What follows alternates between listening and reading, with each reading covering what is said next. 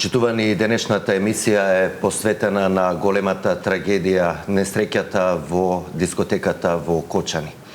Денеска ќе зборуваме за психолошката поддршка на сите на кои токму во овој период во кој тажи цела Македонија, регионот, па и пошироко.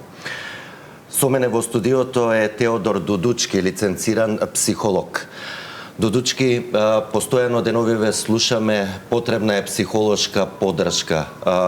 Цела Македонија тагува, како што кажав, поради големата трагедија и големиот број 59 млади загубени животи. Што се подразбира под психолошка поддршка? Така, пред се длабоко искрено сочувствува семејствата на настраданите и побрзо закрепнување на повредените. Да, психолошка помош представува таа прва помош која треба да ја пружиме на настраданите, односно на сите засегнати во оваа проблематика, односно во една травматско искуство кое води до една акутна стресна реакција која е на глобално ниво, односно на ниво на држава. Како да се справиме со тоа? Прво треба да се организираме во тимови, како психолози, психотерапевти и да вклучиме медицински лица, како психијатри, како лекари, кои ќе можат директно да помогнат на засегнатите. На кој начин? Дали тоа може да биде преку работилници, може да биде преку отворен индивидуален разговор со засегнаните од таа проблематика и на тој начин да директно да помогнеме. Така, вчера во Кочани, па и цела Македонија беше најтажниот ден. Вечно ги испративме младите загинати во нивните вечни почивалишта. Бевте во Кочани.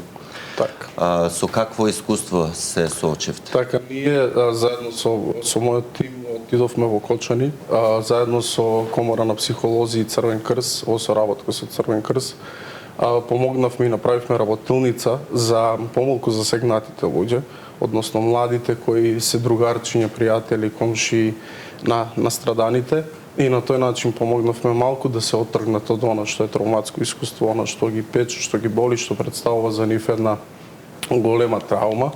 И имаше тука и индивидуален пристап на директно засегнатите од таа травма, како што се некои членови на семејство и така натаму. Да, навистина е потребен разговор и стручна помош токму во овие тешки моменти. Постојано говориме тага, тагување. Кои се фазите на тагување, односно литературата, односно стручната фела, професијата која работите вие, значи како се поделени тие фази? Така, и што се случува со еден човек, односно мозокот на еден човек во вакви тешки ситуации? Така. Пред се, кога се соочиме со некаква травма, проаѓаме низ неколку фази. Првата фаза е шок и неверување дека тоа е случено, тоа се случило на нас, дека како не можеме да поверуваме дека тоа едноставно е така. Во таа фаза најчесто свеста не е толку изразена, односно луѓето не се свесни дека тоа се случува околу нив, врз нив, до нив, и на тој начин тие се во една вакуум фаза. Потоа следи една фаза на лутина и на бес, во кои доаѓа до тоа дека оние што ги загубиле своите блиски се толку бесни и гневни затоа што можеле нешто да направат. Друго, тие понекогаш бидат бесни за оние лица што ги изгубиле, односно бидат лути, и на тој начин се потенцира таа емоционална напнатост и на тој начин се ствара еден зачарен круг во кој луѓето потешко излегуваат од таа фаза. Третата фаза е фаза на депресивност, односно, се извинувам, не е фаза на депресивност, туку на преговарање, во која луѓето велат, па можев јас да бидам, па зошто тие да беа, зошто не беше некој друг, зошто не направив ова, зошто не направив нешто што е потребно за да го спасам тоа лице или настраданиот. Потоа четврта фаза е фаза на депресивност, во која луѓето се повлекуваат во себе. И таа депресивна фаза всушност има една заштитничка функција во нашиот организам, затоа што мобилизираме енергија. На тој начин, кога мобилизираме енергија, се трудиме да ја надминеме таа травматска ситуација и тоа травматско искуство кое не пече, кое не боли, кое не представува голем проблем. И последната фаза е фаза на разрешување, во која луѓето не се депресивни, но не се ни среќни. Значи, тие се некаде помеѓу депресија и помеѓу среќата, во која полека успеваат да најдат некој начин како правилно да живеат, како да се носат со таа травма и како таа травма да ја метаболизираат, односно да ја преработат во својата душа, нели? За како би можеле да бидат послободни, да се дружат, да функционираат, да работат, да продолжат со некаков оптимален начин на живот. Тенка е линијата помеѓу сите овие фази, значи може во исти ден да не се случат сите овие чувства и состојби кои ги споменавте во секој од овие барем први 4 поединечни фази. Бидејќи последната треба малку подолго време да помине и работа со стручно лице, но и поддршка од средината и околината. Так. Сега во некоја фаза можеме да останеме малку подолго, зависно од тоа колков е капацитетот на некоја личност, колку е способен, односно кој има претходно искуство со таква травматска ситуација и тоа се води до тоа дали побрзо ќе се разреши тоа или малку поспоро. Сега, ние секогаш кога ќе влеземе во таква некоја травматска ситуација, секако дека нема да излеземе неповредени. Секогаш ќе имаме некаква травма која цел живот ќе ја носиме, но сепак врз основа на тоа можеме да собереме некаква сила и храброст, па во чест на тие драги луѓе кои сме ги изгубиле, да направиме нешто што ќе биде добро за нас пред се и во чест на нив да биде нешто. Да се присетуваме, да ги спомнуваме. Така. Додучки, во која фаза треба да се побара стручна помош, конкретно од психолог, психотерапевт, но и останато медицинско лице? Така. Значи, првата фаза во шок, кога се наоѓаат луѓето во фазата на шок, првата фаза, тука не можеме ништо да помогнеме.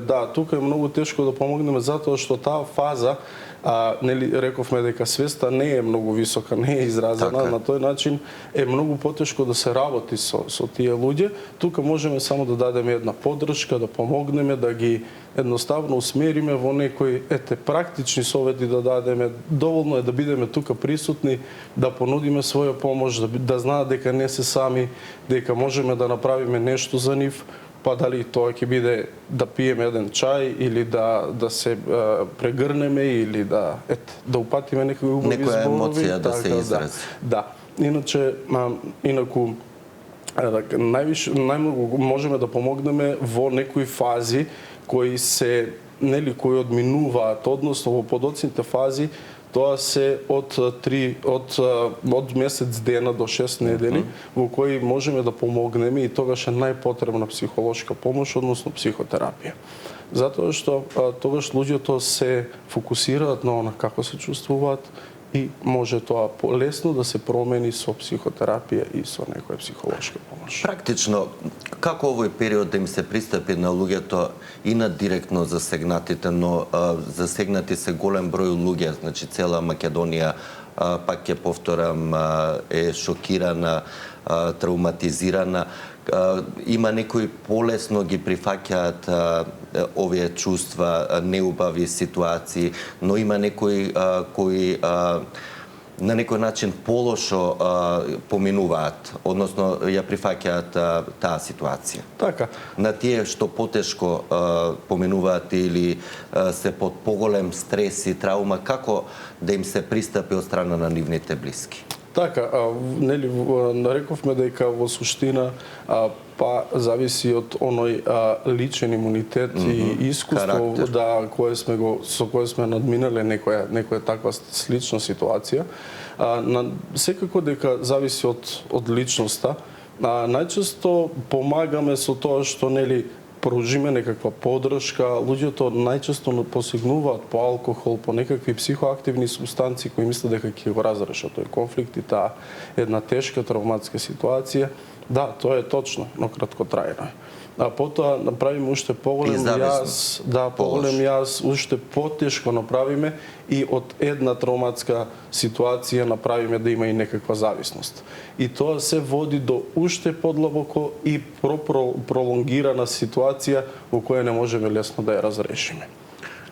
Го споменавме тагувањето како едно од најизразените чувства во овој период. Кои други чувства ги имаме во вакви ситуации? Така, големи трагедии. Покрај тага се јавува тука страв, немоќ, чувство на небезбедност, секако дека тука постои чувство на вина, на гнев, на бес, па се сеќавате дека првиот или вториот ден од трагичниот настан младите луѓе, нели, почна со некакво движење кое беше доста агресивно, што не го оправдувам секако, но тоа е природна реакција на нашиот организам. Тоа може да биде автодеструктивно или насочено кон средината. Автодеструктивно е седиме дали ќе се конзумира алкохол или било на кој начин, дали сами себе ќе се кривиме за некоја ситуација, а од друга страна она ало насоченост, односно насоченост према средината е со агресивни движења, дали е напад, дали е било каква. И сето ова доведува до стрес. Така. Стрес се појавува како една реакција на сето ова. Стресот најчесто има неколку облици. Така. Тоа се пред се физиолошки реакции. Физиолошките реакции се сушење на уста, срцебиење, напнатост. Тоа се симптомите. Тоа се симптомите на стрес. Постојат и психолошки моменти, односно психолошки симптоми, тие се делат на емоционални и на когнитивни. Емоционалните се чувство на небезбедност, на несигурност, чувство на гнев, на бес, на лутина, а когнитивните поврзани со стресот се рассејаност, недирективност, намалена концентрација, нарушена концентрација и постојат и исто така социјални аспекти од стресот, тоа се повлекување, агресивно, нели, однесување, бес, лутина, тага и така натаму. Тоа е исто така поврзано со петата последна фаза од тагувањето. Сите овие чувства се испреплетени, се надополнуваат на некој начин. Ако веќе се повлече една особа која тагувала или доживеала траума, односно некој голем стрес, како во такви ситуации да им се помогне и што самите треба да направат? Така, во суштина, после одредена фази низ кои минуваат луѓето, најчесто треба да се пружи и психолошка помош или психотерапија. Исто така можат и сами да си помогнат. На кој начин тоа да биде дали преку оној позитивен говор, внатрешен говор кој ќе ги усмерува и ќе имаат некоја цел да постават, па дали ќе извршат нешто во чест на другите, дали најдобро е да бидат обкружени со луѓето кои поминале слична ситуација и на тој начин да разговараат. Потоа, кога ќе се изметаболизира сите тие стресни настани и трагични настани, треба да се вратат полека во нормала, односно да бидат со луѓе и да разговараат за оние секојдневни настани, што се случува околу нив, како ги доживуваат, нели, едноставно да се дефокусираат од она што представува проблем, што представува болка за нив, тага за нив, оно што ги пече и боли. Како да го впиеме тоа дека загубата никогаш повеќе нема да ја вратиме, меѓутоа животот мора да продолжи понатаму? Така, сите сме сведоци дека некој на губиток и на тој начин собереме храброст и сила да се бориме понатаму во животот, да ги едноставно собереме сите наши сили, сите наши капацитети, повторно да почнеме да се бориме, да успееме, дали ќе помогнеме на другите, дали ќе бидеме на некој терапевт, па не мора да сме ние дипломирани за тоа, едноставно да помогнеме на некој начин, преку некоја поддршка, преку некој вклучување во организации кои ќе помогнат да се отргне вниманието на некој начин. Така. така е, како би можеле да помогнеме. Дали се тоа загрозени групи, дали се тоа деца, дали се тоа млади или било како. Затоа што жалењето ќе постои и ќе обстојува цел живот и тагата, да. Секако со тагата ние мораме да живееме, ќе ги носиме блиските и драгите луѓе во нашето срце, но ќе продолжиме пак да живееме како што мораме, затоа што тоа е нашата природа на нашиот живот. Очекувано е дека сите овие стресни, тажни, жални моменти може да остават и понатамошно последици врз нормалното функционирање, пред се врз менталното здравје. Споменавте неколку пати како да го надминеме сето ова, дека разговорот е најдобра прва линија на помош. Меѓутоа, што доколку се затворат индивидуално некои од личностите кои навистина премногу тажат и тагуваат и жалат, какви компликации понатаму настануваат? Така, нашата цел како психотерапевти, психолози, па и психијатри кои ни помагаат од психофармаколошки аспект, ние се трудиме да тие емоции да успееме да ги некако стабилизираме, односно да не дозволиме тие да се таложат и да ги луѓето потиснуваат и со нив да се борат како со ветерница, него едноставно да продолжат да ги инкорпорираат тие емоции, но ако не се случи тоа, најчесто доаѓа до некој посттравматско стресно расстройство. Може да се појават и тука анксиозно депресивно расстройство кое многу тешко понатаму може да се третира. Секако дека помошта подобро е да спречиме отколку да лечиме. Така да ние секогаш сме тука и посебно ние психолозите треба да излеземе на терен како би можеле да помогнеме, да дадеме таа прва помош, да бидеме тука покрај нив, затоа што само перципирана ситуација во смисла дека не сум сам може да ми биде многу подобро. Да бидам послободен затоа што имам некаква поддршка, нешто што ќе ми помогне.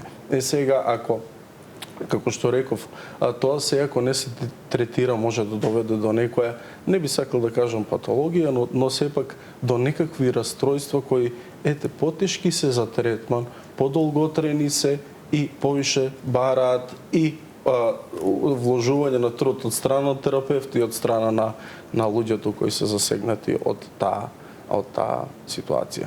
Можеме ли да ги контролираме во вакви моменти емоциите и како да го направиме тоа, за да избегнеме покомплицирани и потешки ситуации? Така, емоциите во суштина треба да ги оставиме какви што се, да не бараме од нив многу, да не ги потиснуваме и да не се трудиме да ги менуваме, затоа што тоа се едни природни процеси во нашиот организам и тие имаат заштитна функција.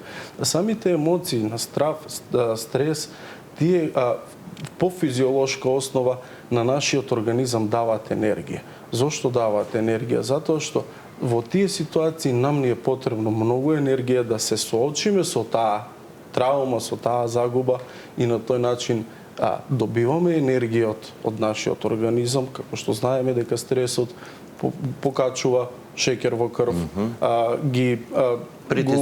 притисок, убрзана работа на срце, стеснети проширени зеници, на тој начин тоа всушност некоја енергија која ни помага, но после тоа се чувствуваме депресивно, се повлекуваме и тоа е најнормална реакција. Може би најтешко име на младите овој период, бидејќи прв пат дел од нив се соочуваат со вакви тажни, неубави, трагични информации и случувања. Како да се стави фокус пред се на младите во овие моменти и денови на тага, за да продолжат понатаму на некој начин да функционираат како и досега? Така. Во соработка со Црвен крст и Комора на психолози, Црвен крст особено даде голем придонес за младите особено. Имаше доста млади од Црвен крст кои се моите колеги психолози, психотерапевти кои помагаа преку работилници на засегнатите млади деца кои се од средно нели од средни училишта преку некакви работилници, преку тоа да се дефокусираат. Така, тие всушност имаат многу здрави механизми како да се борат, затоа што тие меѓу себе се многу поддржуваат, се сакаат, се почитуваат и посебно оваа стресна ситуација уште повеќе направила за да се зближат тие деца. Ете, не би сакал да биде нешто сензационално да го откриам, но сепак тие размислуваат да направат некоја голема биста за сите од чест на овие луѓе што погинаа во Кочани.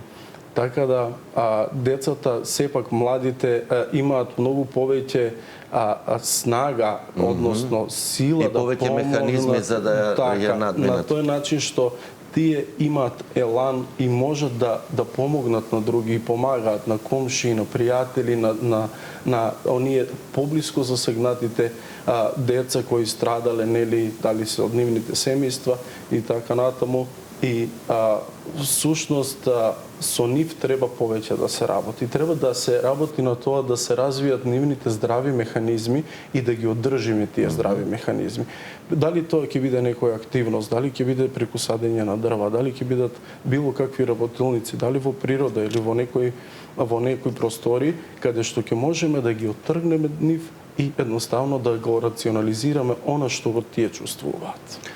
Големата трагедија се случи токму на забава на млади луѓе. Тука се јавува и чувството на небезбедност.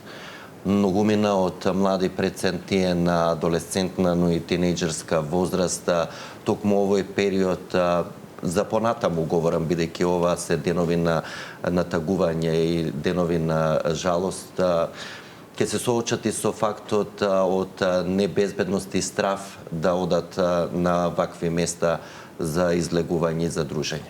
Така, секако дека ова представува една траума кај сите, колективна траума, која особено младите сега стануваат свесни дека ние сме биле во таа дискотека, сме излегувале во тие кафичи, сме седеле, не сме биле безбедни и не сме биле сигурни.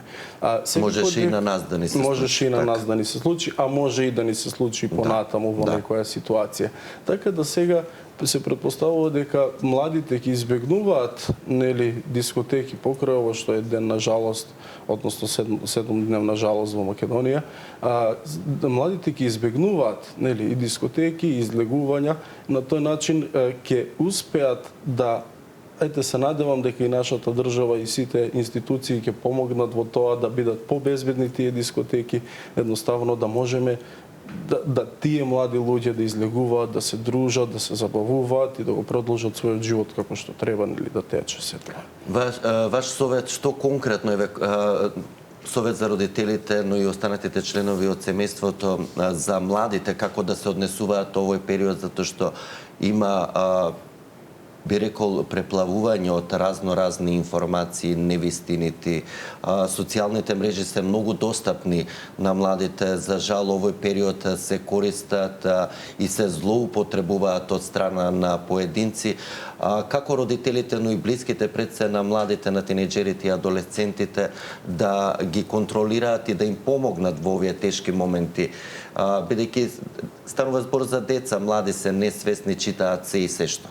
Така, пред се треба родителите заедно со своите деца да разговараат за тоа што се случило, кои се тие последици, на кој начин се ова случува, што може понатаму да се случи. Едноставно да биде отворен разговор, исто така и не само родителите, туку и професорите, наставниците. Образовниот процес мора да има клучна улога. Така е. И знам дека ќе бидат доста психолози вклучени во училиштата, особено во средните училишта, во кои ќе може да помогнат за секој дете, дали тоа ќе биде групно или индивидуално, но сепак родителите се главна карика и треба тие најмногу да стават фокус на она, ајде да го тоа разложиме, ајде тоа да го рационализираме, да видиме зошто се ова случило, кои се некои последици кои треба децата да разговараат со своите родители, дали ова е вистинито, дали не е вистинито, зашто како што рековте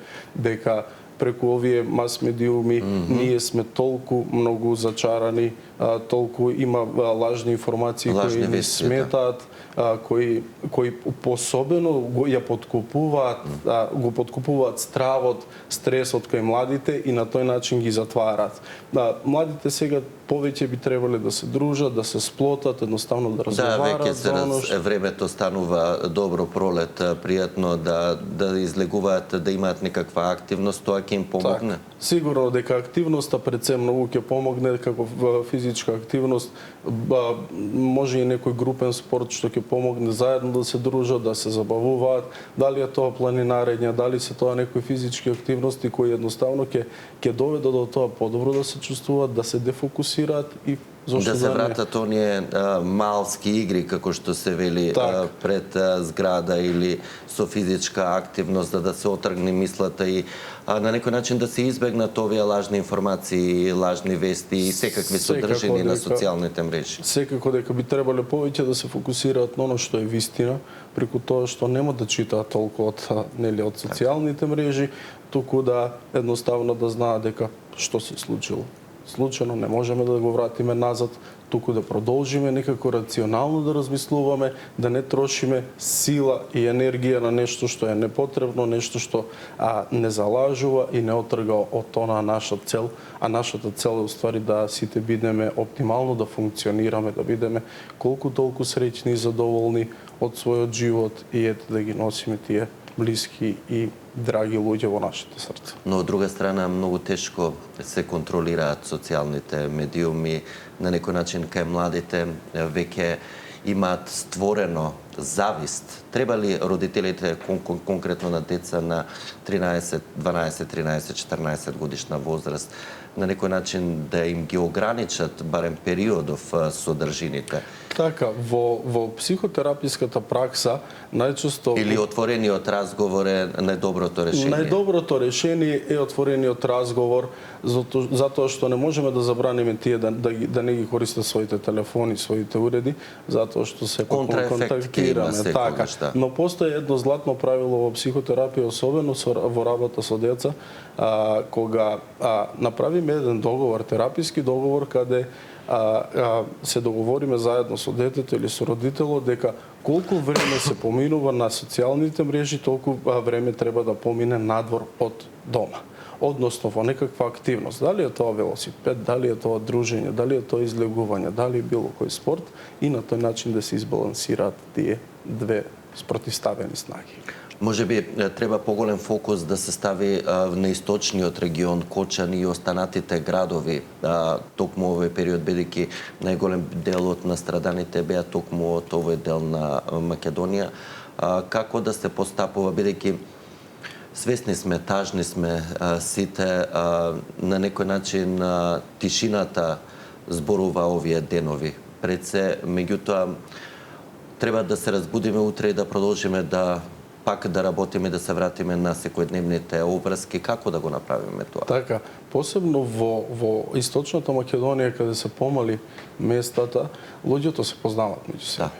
Сите се познаваат меѓу себе и на тој начин, на некаков начин ја споделуваат сите заедно таката. За разлика од поголемите градови во Македонија, во кои луѓето не се толку познаваат и за некој е полесно, за некој е потешко, но сепак во овие места луѓето се посплотени, повеќе се поддржуваат. Тоа се и мали зони во кои луѓето живеат и на тој начин некако се поддржуваат, некако се охрабруваат и си помагаат. Тоа е некаков здрак во овој тажен период, што може така. Мислам дека сите тешки овие моменти ги сплотуваат луѓето, им помагаат на луѓето да се освестат, како што не освести корона или ковид вирус, дека треба да излегуваме и да се дружиме.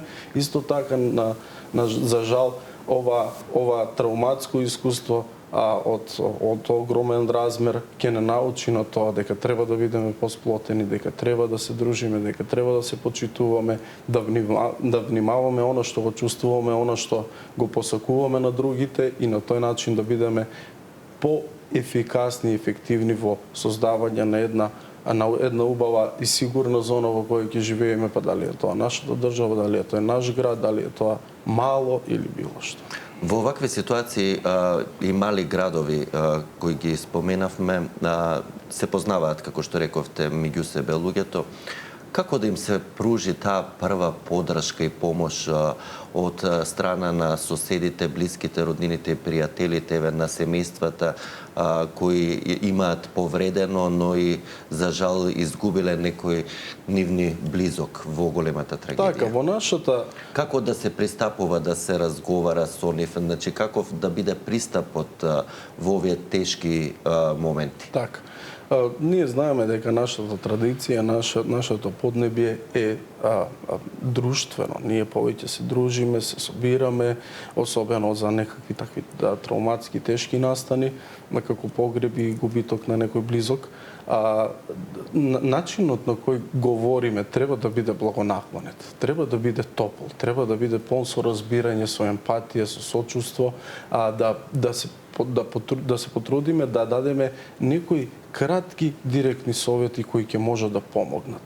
Не од типот дека ајде ова ќе помине, ќе биде се добро, ќе продолжиш да живееш и ќе го заборавиш ова. Не, напротив, туку треба да знаеме дека да, тоа е тешко, но сепак треба да се потрудиме некако да најдеме начин како да функционираме. Па дали тоа ќе биде преку соопштување на тоа како некој повозрасен поминал низ некое травматско искуство, како се чувствувал тој, на кој начин го надминал, кои се тие последици, како треба да функционира, како би можел да излезе нели од таа ситуација со оптимално функционирање. Од друга страна треба да се направат тимови кои во светот ги има, се надевам дека и кај нас тоа ќе се применува, тимови од психолози, од лекари, кои одат во семејството кои се засегнати. На тој начин нудење на директна помош. Не можеме ние да очекуваме дека кога луѓето не може да се јават на телефон, мислам такви очекувања во овој период не, треба да се отиде убаво, рековте, директно таму во семејството. Така, зашто посебно во овие фази на шок, на негирање, на депресија, не можеме да очекуваме дека тие луѓе кои имаат потреба ќе се понудат ние да им помогнеме. Не може тоа. Значи треба ние директно да излеземе на терен. Тешко е, мачно е, тешко е за нашата душа, но сепак мораме да излеземе, да се соочиме со тој проблем, да помогнеме на тие луѓе. Таква е професијата. И едноставно, мислам дека е тоа многу практично да некои тимови да се организираат, дали е тоа Црвен крст, дали се тоа психолози, психотерапевти, лекари. Или државните клиники за психијатрија. Така, да одат теренски и да помагаат на луѓето, особено во овие ситуации, затоа што постојат многу ризици поради ова стресна ситуација за суицидалност. Постојат многу ризици за употреба на штетни супстанции, како што рековме, но тоа се води пак до некаква суицидалност, па до некаква автоагресија која може да се манифестира кај луѓето. Дали во вакви моменти на тага, разочараност поради загуба на близок, тие лица може да ги пијат на некој начин информациите и сето она што го говоревте пред малку од страна на блиските може да стигне до нив, да го разберат? Секако дека е тоа многу тешко тие да го разберат, затоа што нели рековме дека свеста е сужена на некој начин и не се толку свесни и присутни во овој момент. Тие повеќе се насочени према тоа како се тие чувствуваат, што би можеле да направат, како би можело ова се да се избегне, на кој начин да се избегне. И тука треба да има некој благ пристап како би можеле да допреме до нив. Тоа го прават нели луѓето кои се професионалци, но сепак не мора да бидеме професионалци за да бидеме луѓе. Нели треба да се фокусираме на она што е човечка душа, како тие страдаат, како можеме да помогнеме, по секој човек си носи во себе некаков професор, некаков учител кој може да им помогне на нив и да ги посоветува. Да, доволно е само една преградка е доволно за да се стабилизира, така да треба да се потрудиме и сите, и апелирам до сите, особено професионалци, да дадат се од себе во овие тешки моменти како би можеле да помогнеме на засегнатите. До кој степен можеме да ги потиснуваме емоциите? Така, секоја емоција, секој потиснување има свој лимит. Знаете дека некогаш балонот ќе го пумпаме, па на крај ќе пукне. Така и со нашите емоции. Значи, треба да ги канализираме нашите емоции преку рационализација, односно да знаеме, добро се чувствувам тажно, сум изгубил некого, но сепак да се фокусирам на она што можам јас да направам покрај ова. Како можам да размислувам, како правилно да размислувам за да дојдам до некаков позитивен исход и покрај ова.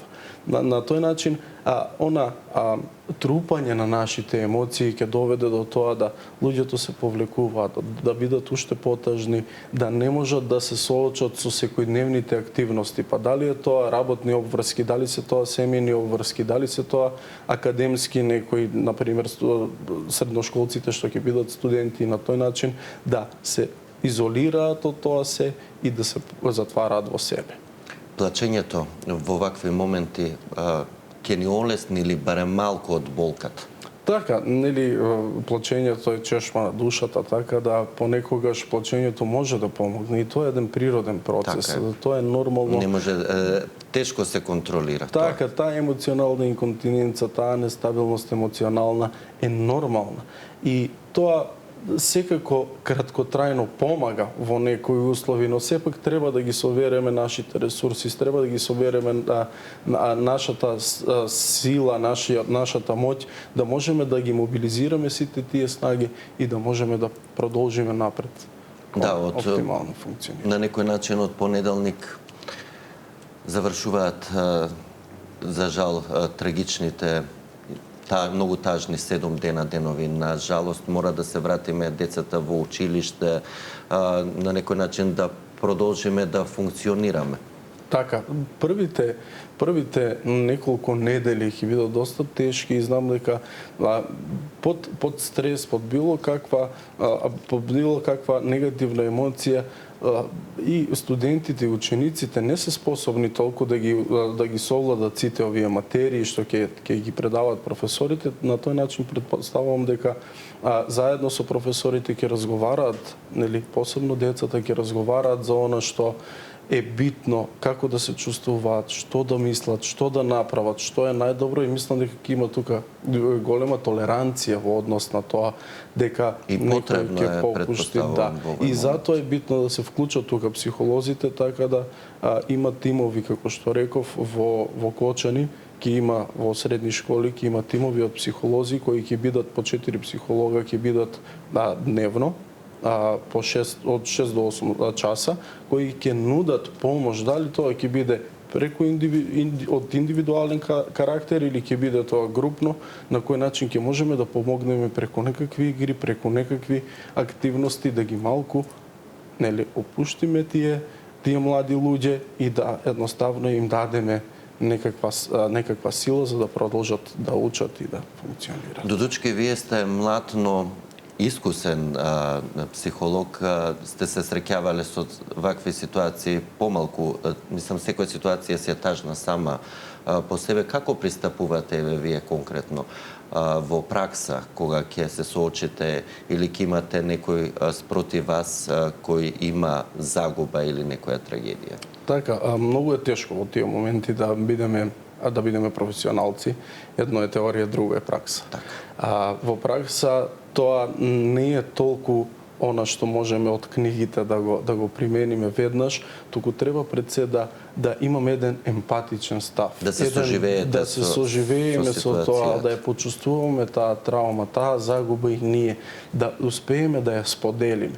Па на некој директивен начин да помогнеме, дали е тоа преку некој нежен поглед, дали е преку некој допир, дали е преку прегратка, дали е преку некој благ разговор, преку она да го дефокусираме човекот, младото лице кое е настрадало, кое има проблеми со тоа, така да да успееме да им го промениме начинот на размислување во позитивна насока, да ги охрабриме дека ќе можат понатаму да живеат, дека ова чувство кое го чувствуваат сега, дека ќе помине. Сигурно дека болката нема да помине, но ова чувство на исцрпеност, на тага, на полека во животот поминува. Ние секогаш ќе си ги носиме во нашите срца. Секогаш ќе имаме лузна, белек и место во срцето за сите тие блиски. Генерално за целото општество, за целата држава, бидејќи навистина сите сме потресени на некој начин. Како ваш совет за крај за да продолжиме да функционираме? Така, треба да ги сплотиме нашите сили, да се здружиме, да успееме да помогнеме. Да разговараме пред се со нашите блиски кои се во обкружување, да споделиме тага и емоции. Така, системско семејните терапевти сигурно може тука уште повеќе да помогнат, затоа што го гледаат семејството како систем. Па може на некој начин да ги освестат оние неосвестените делови поради траумата, па да помогнат родителите на децата на родителите, нели, преку взаемно помагање и преку поддршка и нели заеднички некои активности кои ќе им помогнат подобро да функционираат во тој домен. Да имаме сила и да го надминеме овој тежок период пред се за сите нас. И пред се сакам да кажам дека тие луѓе не се сами. Имаат помош и поддршка од нас, од психолози, од психотерапевти, и нека се слободно да се охрабрат, нека влезат во разговор со некој психолог, психотерапевт, сигурно дека ќе има многу позитивен исход и дека подобро ќе ја надминат. Навистина ќе имаат голема помош и вашата подадена рака многу ќе им значи на сите, не само на семејствата, на загинатите и повредените, туку и на речиси цела Македонија. Така. Почитувани, останете со Сител.